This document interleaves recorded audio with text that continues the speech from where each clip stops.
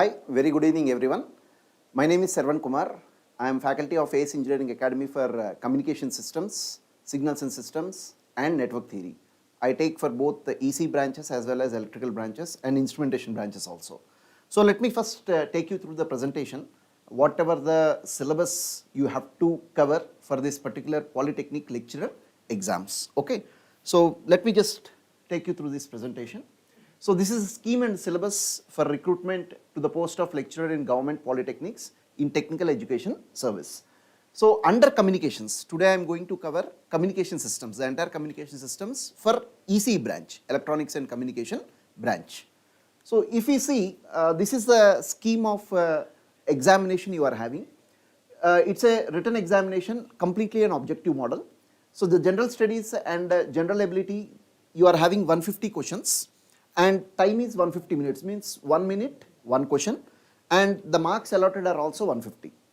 And then coming to the technical side, means whatever the technical subject you are answering, like if you are from an ECE branch, so ECE person, you will be having 150 questions from your technical subject, and your duration is also 150 minutes, but see the weightage of marks, it is 300 marks. Please understand this point here, he did not change the time. Time is still 1 minute only, but the weightage for the question is 2 marks. So here you can expect questions which are theoretical and which are also numerical, but it may not take more than a minute. If you are going in a correct preparation strategy, the style of answering these papers would be at least 100 to 120 questions out of 150. It does not mean that you have to attempt all the 150 questions. Please make a note of it, because these competitive exams, the design your paper in such a way that reading some questions itself will take 1.5 to 2 minutes. So you have to see, you have to eliminate those type of questions by seeing the questions itself. Some questions will be like one word answers, means very simple, by just seeing you can tell the answer. So first, by filtering such questions, maybe 70 to 80 questions will be of that model only. 30 to 40 questions you can do within a minute. Remaining 20 to 30 or maximum 40 questions will be little bit more difficult. Even if you leave these questions and come out, still you can qualify very easily in your examinations. Coming to the technical side I am speaking about. So what I expect from my students is this 150 minutes and 150 questions in technical side. At least if you can answer 110 questions correctly, means you take 120 attempted questions, out of which 120 you are getting it correctly. You have a very bright chance to get qualified. So keep that point in your mind. Okay. Now, coming to the syllabus. In ECE branch, under communication systems, these are the syllabus he has given. So he has mentioned it under section 4 as communications. This is the first part. I have divided whatever that is there in that part into lessons so that you can clearly understand what you have to study. So first part is random signals and noise. This is covering probability and random variables. So fundamentals of probability and what and how to convert one random variable to another random variable. Okay. Then you have small PDF and capital PDF, means density functions and distribution functions. Their complete properties. Okay. And then you will be studying about moments. Moments means expectation of a random variable, mean square value of a random variable and variance of a random variable. Basically they will ask about these three things. Okay. And then you are having autocorrelation function and their properties. So what is a random process, how we are defining an autocorrelation function on a random process, and what are the different properties of autocorrelation function. And then you are having finally the power spectral densities. So when you take a Fourier transform for an autocorrelation function, you will get the power spectral density. So what are the properties of these power spectral densities in frequency domain? So these are the areas on which questions are framed. Okay. So it's very clear, your syllabus itself is very clear, under what heading, what questions you can expect. So that thing is very, very clearly mentioned in the syllabus. That is one good thing in this particular exam. Okay. Now, coming to the next part of communication, it is analog communication systems. Again, I have divided into different lessons so that you can easily understand it. First part is amplitude modulation schemes, means what is standard AM or conventional AM, what is DSB-SC, what is SSB-SC, and of course what is frequency division multiplexing. That's it. Only those 4 topics. Then what are different angle modulation schemes? Means you have frequency modulation and phase modulation.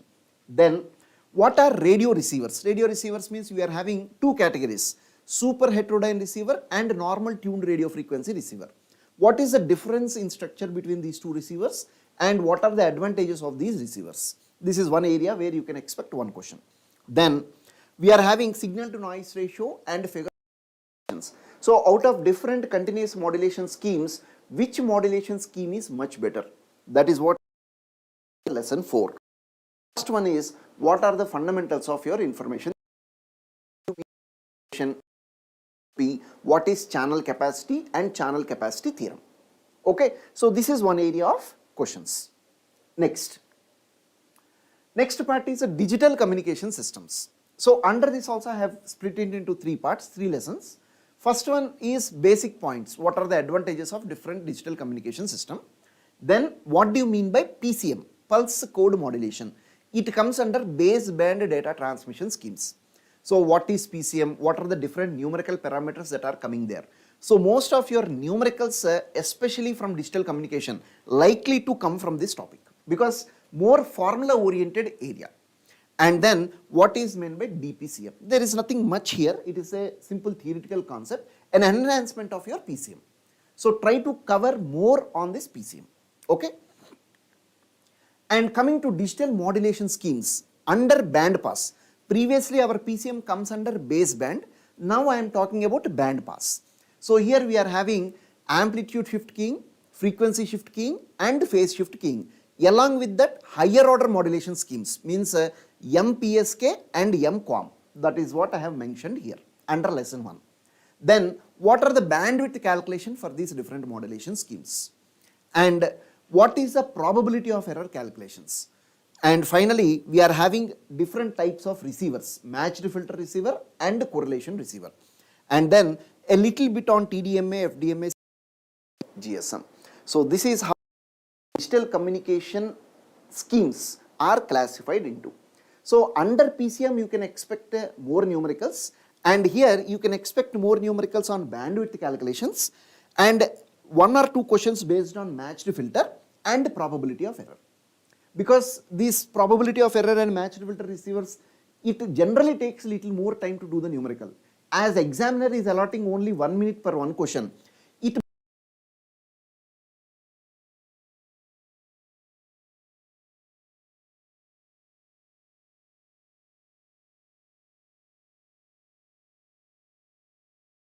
complete within the given duration of time. Otherwise, what is the use in setting the paper? He has to filter the student who knows the concepts and who has to do in a quick time. That is the reason you can expect questions, but it will be at little easy level where formula oriented concepts are more important. Okay, so these are different areas on which you can expect your questions.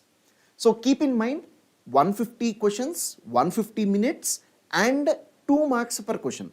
So questions need not be very simple. At the same time, they are not very complicated. It will be at an average level, that is for sure. And one more point I want to add, whatever the syllabus we have seen till now, whatever that is there in communication systems, 90% of this syllabus is taken from GATE syllabus only. Okay, maybe 1 or 2 topics are added, that's it. But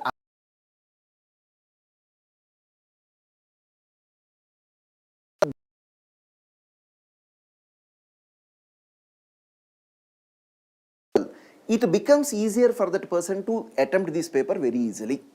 So from my side, my intention is to tell paid for GATE, if it is good, otherwise also don't leave your confidence. That preparation will very much help you in cracking these type of exams. So most of the students, they feel we are very unlucky, we could not qualify GATE exam. That is not the case. That is a competitive exam. Take it in that spirit only. Who knows, that exam can help you in many different ways. This is one way. Okay, you can see the syllabus, it's same to same. Now, what is the preparation strategy that you have to do here? So basically understand all the fundamentals, complete fundamentals should be in your grip. Practice more numericals and previous papers. Whatever the papers that are available, you search them, but don't take too long papers. because once your fundamentals are strong, from my end, I think around 5 to 7 papers are enough. You don't make your preparation in such a way that it becomes too much, referring papers, it becomes an headache. You should know where you have to stop also. And efficient time management, that is very much important, because per question 1 minute means you have to use your time very, very carefully. Okay? Now, what are the things that you must do? Make note of all the important formulas. So, I have given you in lesson format whatever the topics under that heading. So, you keep in that lesson heading only whatever the formulas you are coming across, please make a note of that and strictly memorize those things, because this is a time based exam. 1 minute, one question. So, definitely 80% of questions, no matter whatever the subject it is, it will be based on formula. So, if you substitute it and get it done in a quick time, you are successful. So, that's the reason, please make a note of all the formulas. Then remember all the standard values, like what is the value of root 3, root 2, 1 by root 2, pi. These things, when you substitute it correctly, you can cancel the terms wherever it is required and get your answer in a very quick time. Don't try to do so much of numerical calculations there. That is not correct. You have to make use of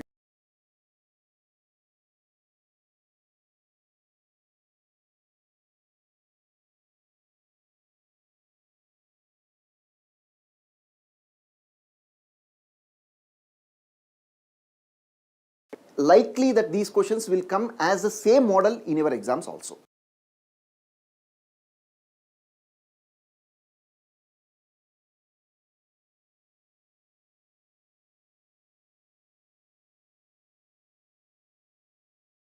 Related with ES papers, please refer them, that will be also helpful to you. So, these are the things you have to do.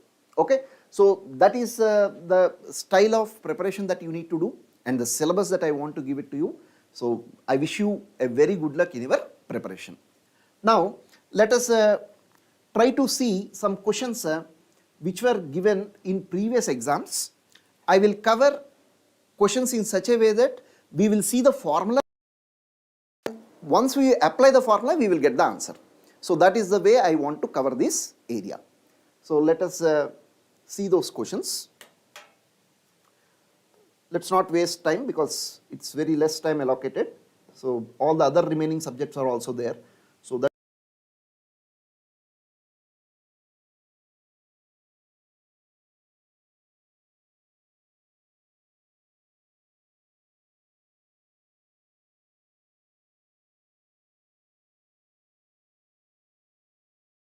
by carrier component is 40 kilowatts, 4 into 10 cube. You have to write this. It becomes very easy. You need not revisit the question for data. Then if the carrier is modulated with a single sinusoidal signal with a modulation index of 0.707. 0.707 means 1 by root 2. Write in that way. Calculation becomes easier. Determine the following. So 3 bits means one of this can be asked in your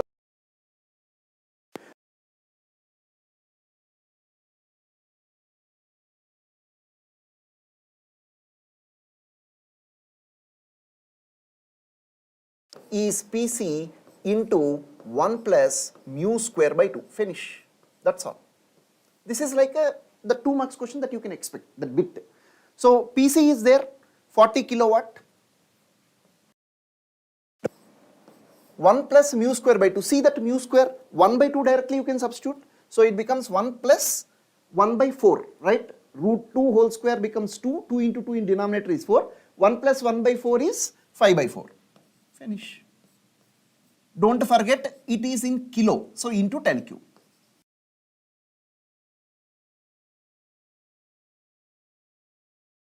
By remembering standard parameters.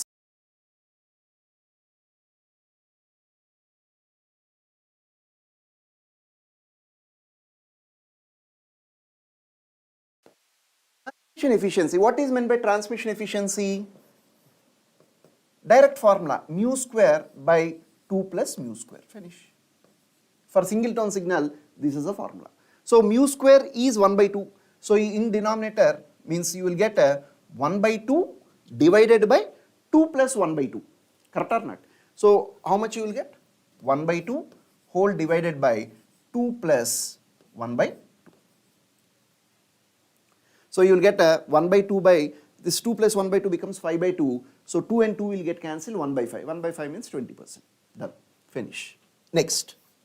Calculate the peak amplitude of the carrier before and after modulation when antenna is represented by a 50 ohms load. Now this may take a little bit more time. First two bits are direct formula oriented bits. Calculation of total power requirement and calculation of power efficiency or modulation efficiency. Third one is little bit indirect bit. Now what is that? He is giving you an antenna represented by 50 ohms load. So what is the power taken by carrier? He has given us 40 kilowatt. Now this must be equal to AC square divided by 2 into RL or not? How will we do the power calculation? I square into RL or V square by RL, correct or not? Now generally these are in voltages. Amplitude of the carrier, whatever we consider, will be in volts. So that RL will come in your denominator. Did you get my point or not? That means you are having a 2 into RL becomes 100 ohms. So 100 means what you are having? 4 into already 10 power 4 into 100 means 10 power 6 is AC square. So how much is your AC? Directly 2000 volts. Finish. Don't do any other calculations. Directly you have to write this. Over. Now what is he asking? Amplitude of the carrier. Calculate the peak amplitude of the carrier before. Before modulation means AC. Carrier amplitude is AC. And what will be the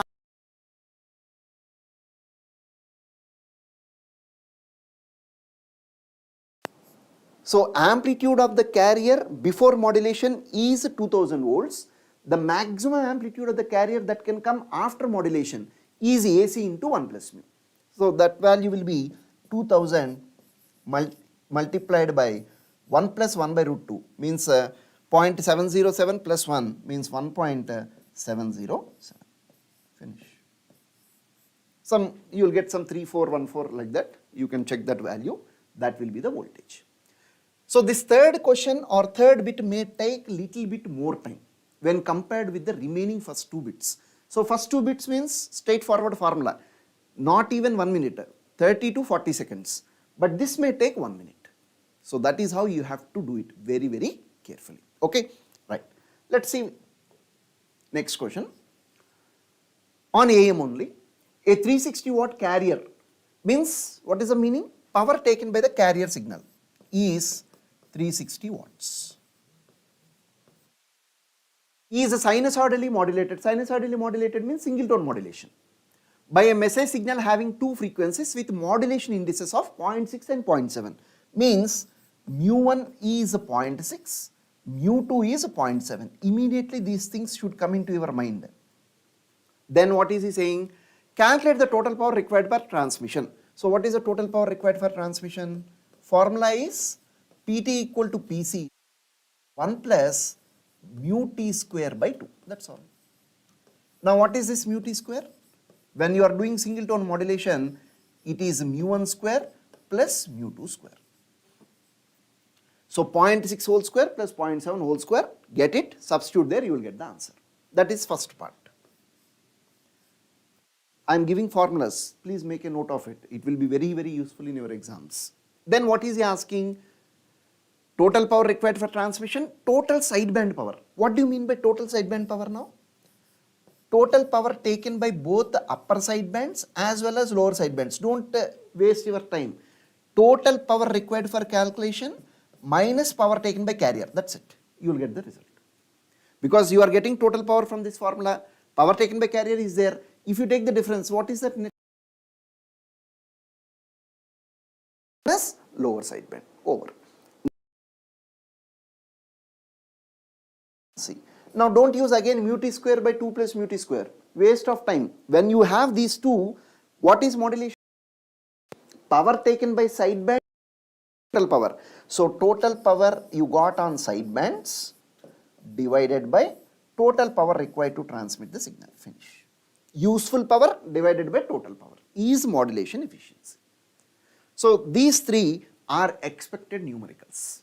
So previously we have seen some formulas. This question carries some formulas. I am trying to give as many formulas as possible coming under standard amplitude modulation.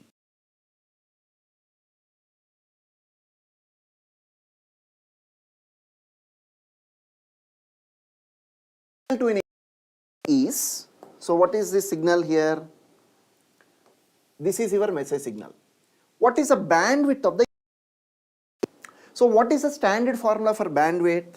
You know, bandwidth for standard AM modulation scheme is twice the maximum frequency of your message signal. Correct or not? So you need to know what is the maximum frequency of your message signal. Now your message signal is a combination of two things. Let us assume this is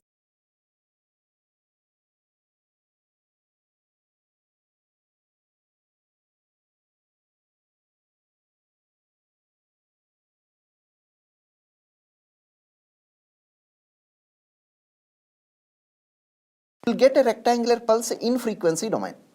So obviously you will have a symmetrical rectangular pulse like this. Now understand these points carefully. Very simple. My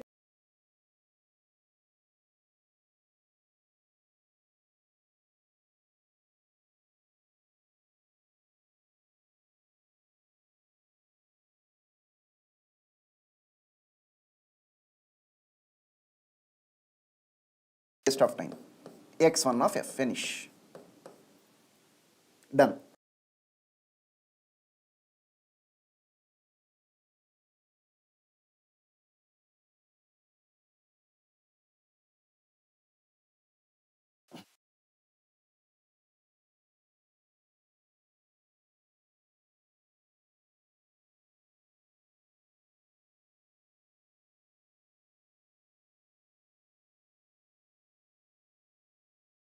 Frequency domain.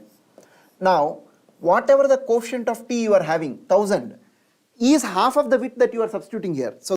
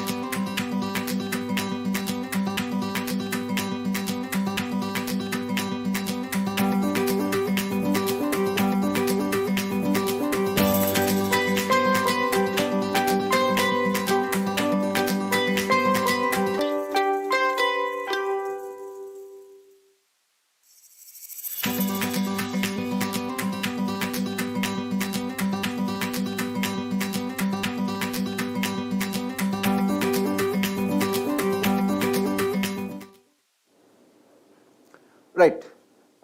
Sorry for a short interruption. There is some technical issue. That's the reason I have to stop. Let us continue. Okay. So we have the message signal and carrier signal given to you, and he is doing standard AM modulation, and the value of the modulation index is also given to you. Now, what is he asking? Quantity of total sideband power to total carrier power. So what is the total carrier power? You know, it is AC square by 2, RMS value of your carrier signal, 5 by root 2 whole square, or 25 by 2, it becomes 12.5 watts over. And what is the total power?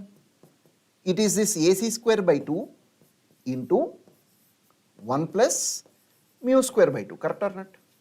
That means this would be equal to 12.5 into 1 plus 0.5 whole square, means 1 by 2 whole square becomes 1 by 4 into 1 by 2 becomes 1 by 8. So this will be 12.5 into 9 by 8 over. Now, what is the power taken by sidebands?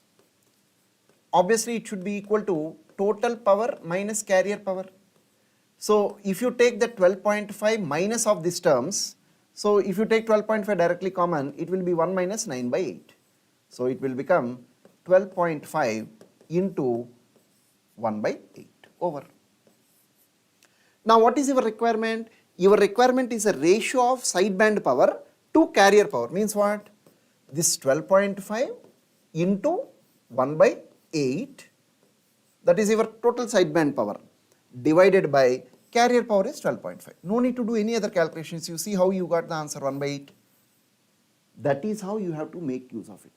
So when you do like this, there is no wastage of time. Absolutely you will come to a conclusion that your answer will be 1 by 8. So this is how you have to make your time management. Okay, be very careful. This quantity is not power efficiency or modulation efficiency. Modulation efficiency is a ratio of power taken by sidebands to total power. But this is about sideband power to carrier power. So don't get confused between these two. Okay. Let us see one more bit on conventional AM only. An AM signal is detected using an envelope detector. So this is one of the demodulator that we use for demodulating your standard AM signals. The carrier frequency and modulating signal frequencies are given. So what are these values? 1 megahertz and 2 kilohertz. Carrier frequency and message frequency. An appropriate value for the time constant of the envelope detector is dash. So envelope detector, most important thing that you have to take care is time constant, that to discharging time constant. So your discharging time constant RL into C should be always within this range, 1 by FC to 1 by FM, that's all. It should not even cover these edges, it should be well within that edges. So if you take 1 by 1 megahertz, so it comes out to be 1 microsecond.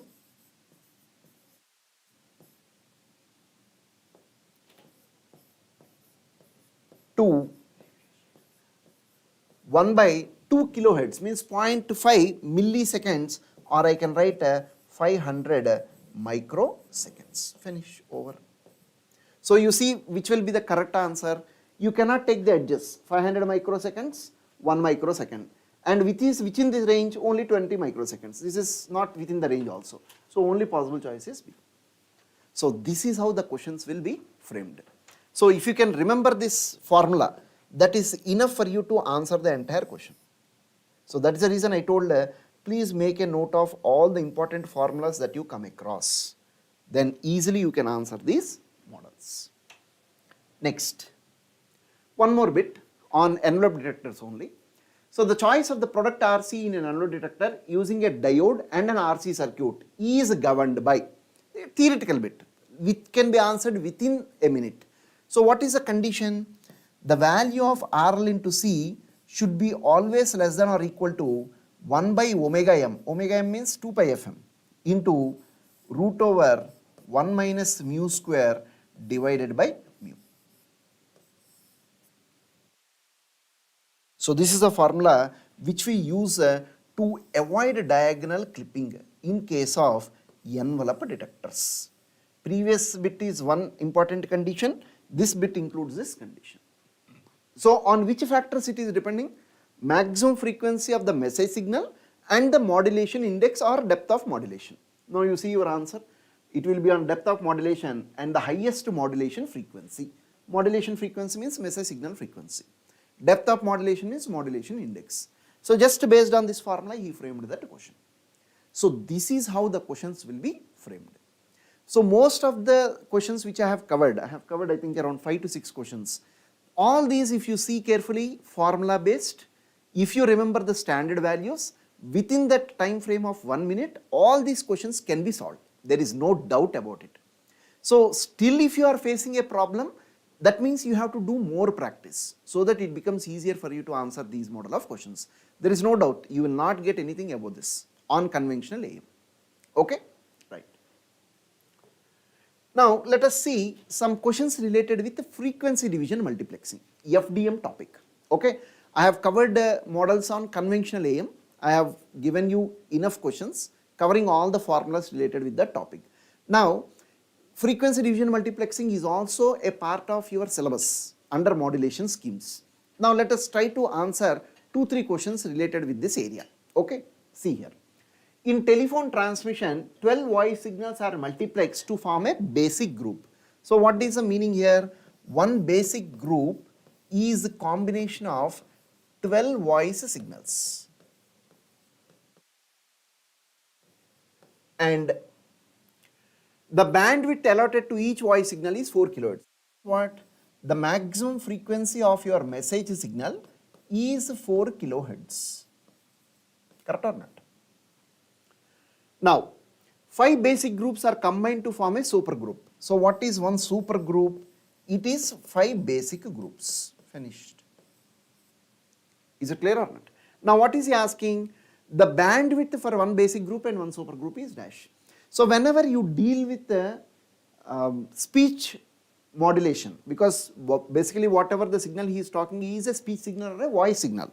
So whenever we use a voice signal, the default modulation scheme we take is SSB. So that is inherently given in the question. He need not explicitly tell that. So what is the bandwidth in case of SSB? It is the maximum frequency of your message signal itself. So the bandwidth required for transmission will be at 4 kHz. That's all. Now if you multiplex 12 such voice signal, what is the bandwidth required for one basic group? 12 into 4 becomes 48 kHz. And what is the bandwidth required for one supergroup? It is combination of 5 basic groups. So 48 into 5, 240 kHz. Finished. That's all. So that is what he is asking. What are the bandwidths required for basic group and supergroup? So 48 and 240 kHz. Clear? Right. Next. Let us see this question. Previous one definitely less than minute, maybe 30 to 40 seconds. See this question. 11 voice signals SSB upper sideband modulated and frequency division multiplexed. So total number of signals are 11 and the modulation scheme is SSBSC with transmission of upper sideband. Clear? Now next what is he telling?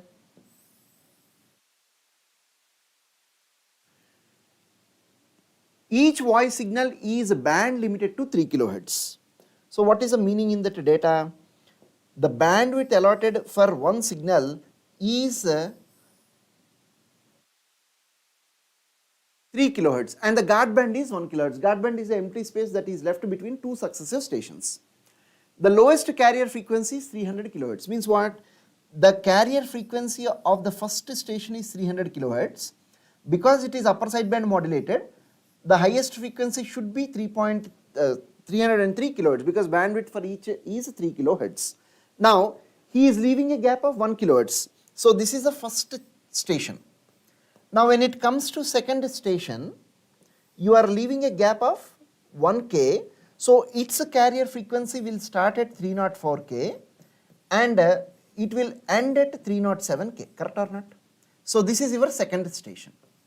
Now like this, how many are there? Last station is 11th station. This is your 11th station. Is it clear or not? Okay. Now let us assume the carrier frequency of this 11th station is Fc and it will end at Fc plus 3k. Correct or not? Finish. Okay. Now what is the question is asking? The highest carrier frequency is dash, means what? The carrier frequency of your 11th station is dash. Now this may take 1 minute time. So basically what is your requirement? If you take the difference of highest frequency component and lowest frequency component, that is what we call it as bandwidth. So what is the difference? Fc plus 3k minus 300k. Correct or not? So this is your total bandwidth. FH minus FL. This is your FH and this is your FL. Now what should be this equal to? Obviously this must be equal to how much? You are having totally 11 such stations. So 11 multiplied by each station is taking a bandwidth of 3 kilohertz. Along with that you are having guard band. Guard band always comes between successive stations. So if you are stopping at 11th stations, 10 guard bands are required. So the guard band requirement is 10k. Finish. Now your only unknown quantity here is Fc. So what will be your Fc? Therefore, my value of carrier frequency of the last station will be, this is 33k plus 10, 43k plus 300, 343k minus 3k. So it will be 340 kilohertz. Finish. So this is the carrier frequency or the maximum carrier frequency that you are getting for the 11th station that you are having here. So this is how you have to model that question and get the result. Okay. Right. Let's see one more bit, last bit on this multiplexing technique. 5 message signals having bandwidths of 5k, 10k, 10k, 2k and 5k means what? The maximum frequencies of the message signals. Message signal bandwidth represents the maximum frequency of your message signal. So what are these frequencies? You are having 5k, then 10k, again 10k, then 2k and 5k. So 5 message signals with these maximum frequencies, okay, are applied to these modulators. So what are these modulators here? First one is standard AM. So the bandwidth requirement would be 10 kilohertz. Second one is a DSB. Standard bandwidth is again twice the maximum frequency, so 20 kilohertz. Third one is SSB. Bandwidth is maximum frequency of the message signal, so 10 kilohertz. Fourth one is again SSB. Bandwidth is FM itself, so 2 kilohertz. And finally the last one is AM. Bandwidth is twice the maximum frequency of the message signal, again 10 kilohertz.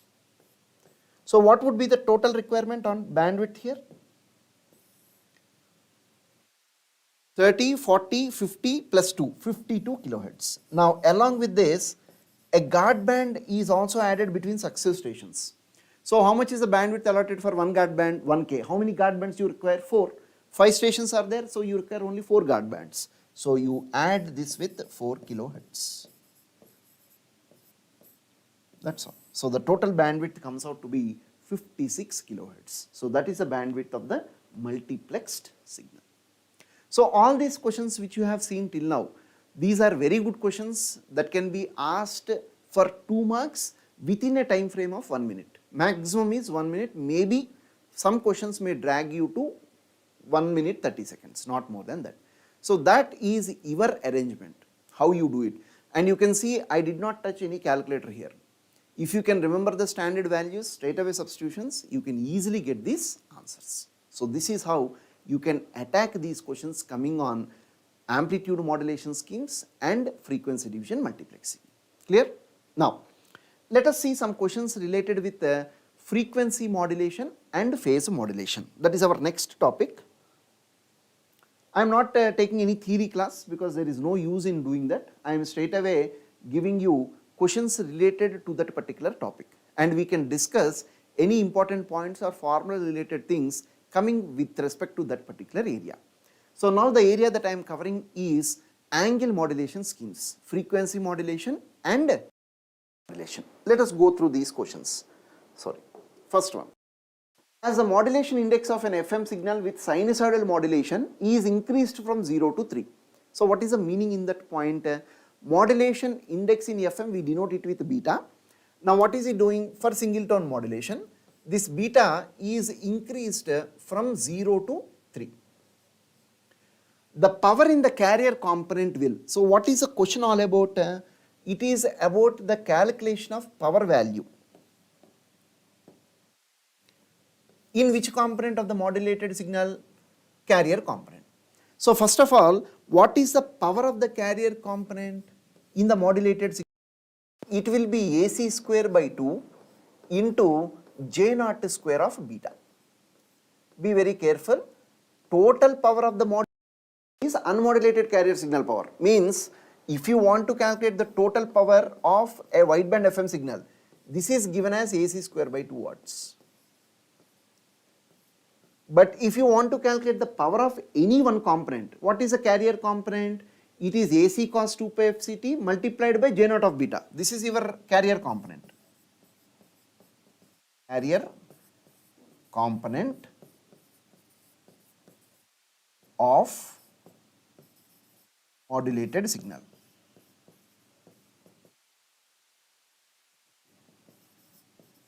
So this is given as AC cos 2 pi FCT multiplied by J naught of beta. That n value here we are taking as 0 because we are dealing with carrier component. So what will be power? AC square by 2 into J naught square of beta. That is what I have written here. So which component is controlling the power? Obviously your Bessel function defined for n equal to 0. Now this Bessel function which is defined for n equal to 0 as a parameter of beta has a variation of beta from 0 to 3. So if you are increasing it from 0 to 3, how will the power change? So basically this is framed on how you remember this graph. It's a very important graph. On y-axis amplitude, on x-axis value of beta. So this is your J n equal to 0 for different values of beta. Okay. So whenever you change the values of beta for the carrier component of the modulated signal, the graph looks something like this.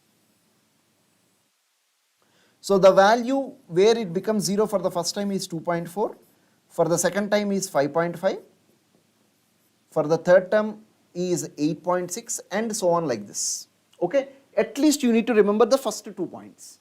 So what is happening? The amplitude is decreasing continuously, becomes 0 for the first time at 2.4, then again decreases, again becomes 0 for the second time at 5.5. Now he is asking how the power will change. Now whenever you take the power, you are squaring this amplitude or not?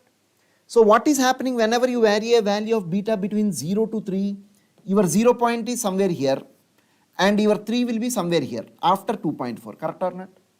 That means what is happening? The power is continuously decreasing and at 2.4 it is becoming 0.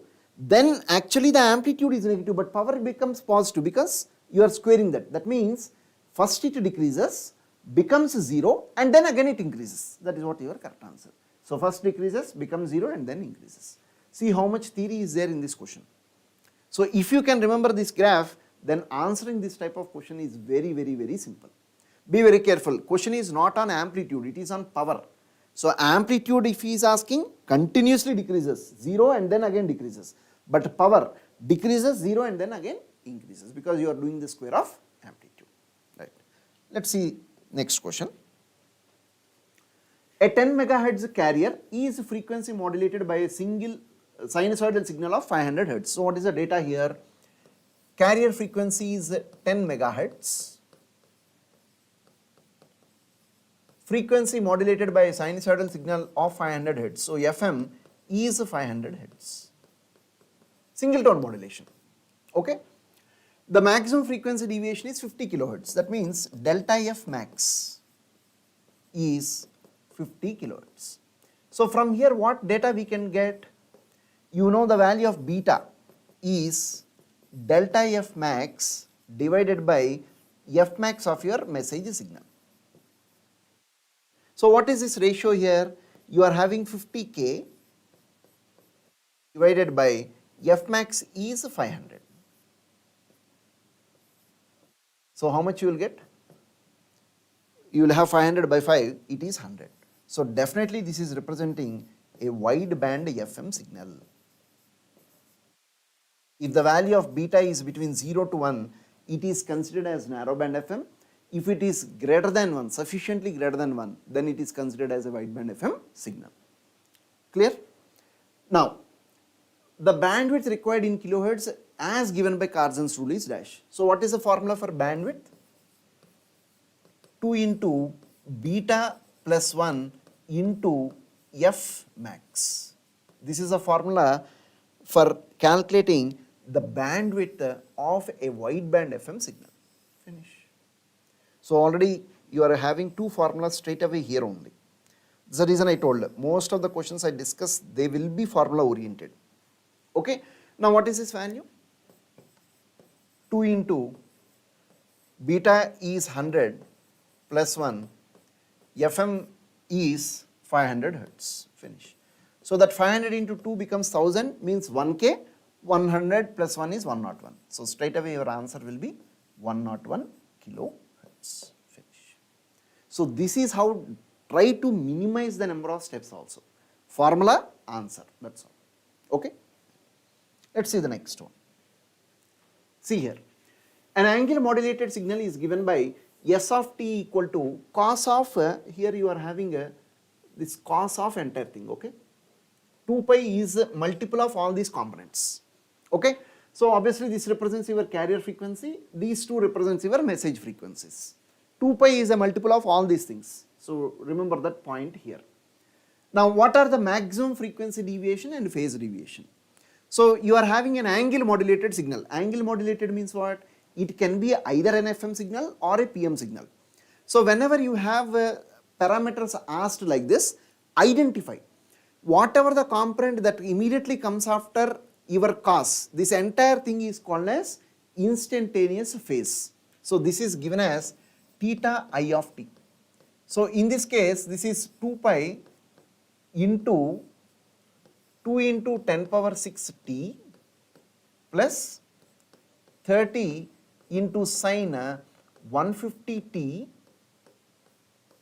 plus 40 into cos of 150 t. This is what we refer to as instantaneous phase of the angle modulated signal. Total component coming immediately after the cos term. Okay. Now what is he asking? Maximum frequency and phase deviations. So what is phase deviation? Instantaneous phase deviation is term that is coming after carrier frequency. Your carrier frequency is 1 megahertz. So whatever the term that comes after that means 2 pi whole multiplied with 30 into sine 150 t plus 40 cos 150 t. Finish. So this is what we refer to as instantaneous phase deviation. Now what is asking? Maximum value of this function. So delta theta I of t maximum value, where it will become maximum? 2 pi into, what is the maximum value of this function?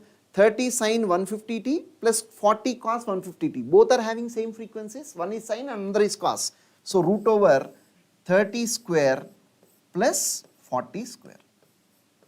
Intermediate formula, root over a square plus b square, coefficients of sine and cos when they are having same frequencies.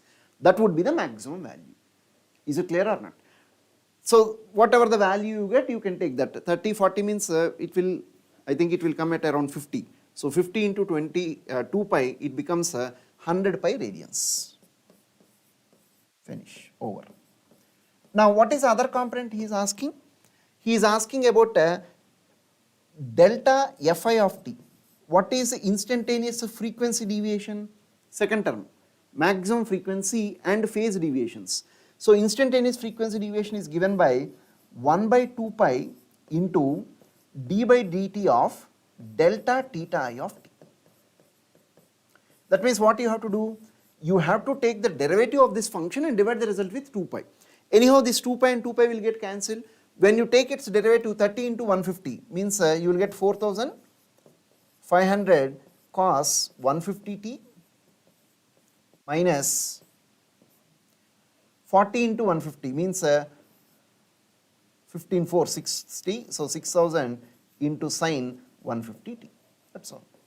Now for this function you want the maximum value. So it is again taking root over 4500 square plus 6000 square. So when you take that value, this delta fi of t maximum will somewhere come around I think around 7.5 kilohertz. Just check it out. I think it's 7.5 kilohertz. Finish. So these are the maximum values of your instantaneous frequency deviation as well as instantaneous phase deviation. So that parameter representation is very important here. If you can identify those things carefully, then easily you can answer these model of questions. Okay. Let's see one more question. An AM signal and a narrowband FM signal with identical carriers, modulating signals and modulation indices of 0.1 are added together. So what is the meaning in this data? He is talking to you about two signals. First one is standard or conventional AM and second one is narrowband FM signal. And the value of mu here is 0.1 and the value of beta here is 0.1. Identical modulation indices means mu and beta are same.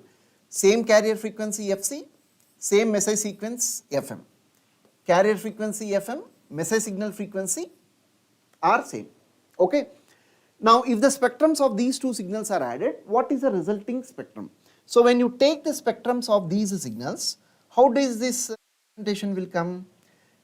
Obviously you will have component at FC, component at FC plus FM and component at FC minus FM, correct or not? This is how it looks like. I am not taking any values, just a representation. FC, FC minus FM and FC plus FM, finish. Carrier upper sideband and lower sideband. So the same if you take with narrowband FM, how does this look like? Again the same things will come or not? You will have carrier component, you will have upper sideband frequency, only difference is the lower sideband component amplitude will be negative. So you will have a negative value. So this is your FC again, FC minus FM and FC plus FM. Now what is he saying? The spectrums of the standard AM and narrowband FM are added. So when you add these spectrums with identical values of mu and beta, what is going to happen? Component coming at FC minus FM will get cancelled or not? So what are the resulting components you will have? FC you will have and FC plus FM you will have. That means you are having upper sideband component along with the carrier component. That means the resulting spectrum contains, we are doing addition of these two spectrums. Result contains FC and FC plus FM. So FC we call it as a carrier component, FC plus FM we call it as upper sideband component, correct or not? So which will be your correct choice from here? It is not broadband FM. SSB with carrier, yes, SSB with upper sideband and carrier is there, correct. It is not DSBSC. DSBSC means carrier, upper sideband, lower sideband. Carrier will not be there, upper and lower sideband will be there because you are suppressing the carrier. SSB without carrier, no, we are having with carrier. So only possible choice is B. Same question if he asked if they are subtracted, then what would be the result? Suppose if you subtract this from this, what is going to happen? FC and FC plus FM will get cancelled. FC minus FM minus of this negative value means it becomes positive. That means you are having only lower sideband. That means your correct choice there would be SSB, SC or SSB with only lower sideband, suppressed carrier. So that is how based on the data you have to quickly think and answer these type of questions. It's not a numerical, you need not have any formulas, just you need to keep those spectrums in mind. Even you need not draw all this. Once you get that spectrums in your mind, easily you can answer the question. Okay. Let's see one more question. I think few minutes is left over. So let us try to answer one more bit. With that, I will try to close today's session. Now we are having an FM signal given to you. The maximum deviation of the instantaneous frequency from the carrier frequency FC is dash. Means what is the data he is asking? Delta F max is how much? It's a very, very important bit for any competitive exam. So the message signal here is basically combination of two single tone signals. So what is this delta Fi of t? Instantaneous frequency deviation. What is this value? I told you 1 by 2 pi into d by dt of instantaneous phase deviation. Instantaneous phase deviation is beta 1 sine 2 pi f1t plus beta 2 into sine 2 pi f2t. It's a combination of two single tone signals. Both are sine format. Now when you take the derivative and divide the result with 2 pi, what will happen? I am not writing 2 pi outside because 2 pi and 1 by 2 pi will get divided. You are having beta 1 f1 into cos 2 pi f1t plus beta 2 f2 again cos 2 pi f2t. Finish. Clear or not? Now what is your requirement? Your requirement is to find the maximum value of this instantaneous frequency deviation. Now observe one point here, both are cos and both are different frequencies. So whenever this type of structure is there, you take the peak values and add them to get the maximum value. So what are the peak values of individual functions? Beta 1 f1 for the first one, beta 2 f2 for the second one. You add these two. So this could be the maximum possible value of the frequency deviation for this angle modulated signal. Finish. So your correct choice will be beta 1 f1 plus beta 2 f2. Okay. Now if you want to calculate the net value of beta, what is the net value of beta? It is nothing but ratio of this maximum value of frequency deviation to maximum frequency of your message signal. Correct or not? So that means what would be this value? This would be equal to maximum value of the frequency deviation, we got beta 1 f1 plus beta 2 f2 whole divided by what is the maximum frequency of the message signal? Your message signal is containing two frequencies f1 and f2. So it would be maximum of these values of f1 or f2. Finish. So if it is a numerical, you can directly substitute and find the value of beta. So once you get this value of beta, he can also ask you question related with bandwidth. So what is the net value of bandwidth? This will be this 2 into beta plus 1 multiplied by maximum frequency of the message signal, means maximum of these values of either f1 or f2. Finish. So the question that is coming in your exam can be on this first point which we have derived now. It can be on this second point, or it can be also on this third point. So it can be from any of these 3 points. So if you can remember these type of formulas whenever you are taking combination of two single tone message signals, it is direct substitution only. It will not take 30 to 40 seconds of time.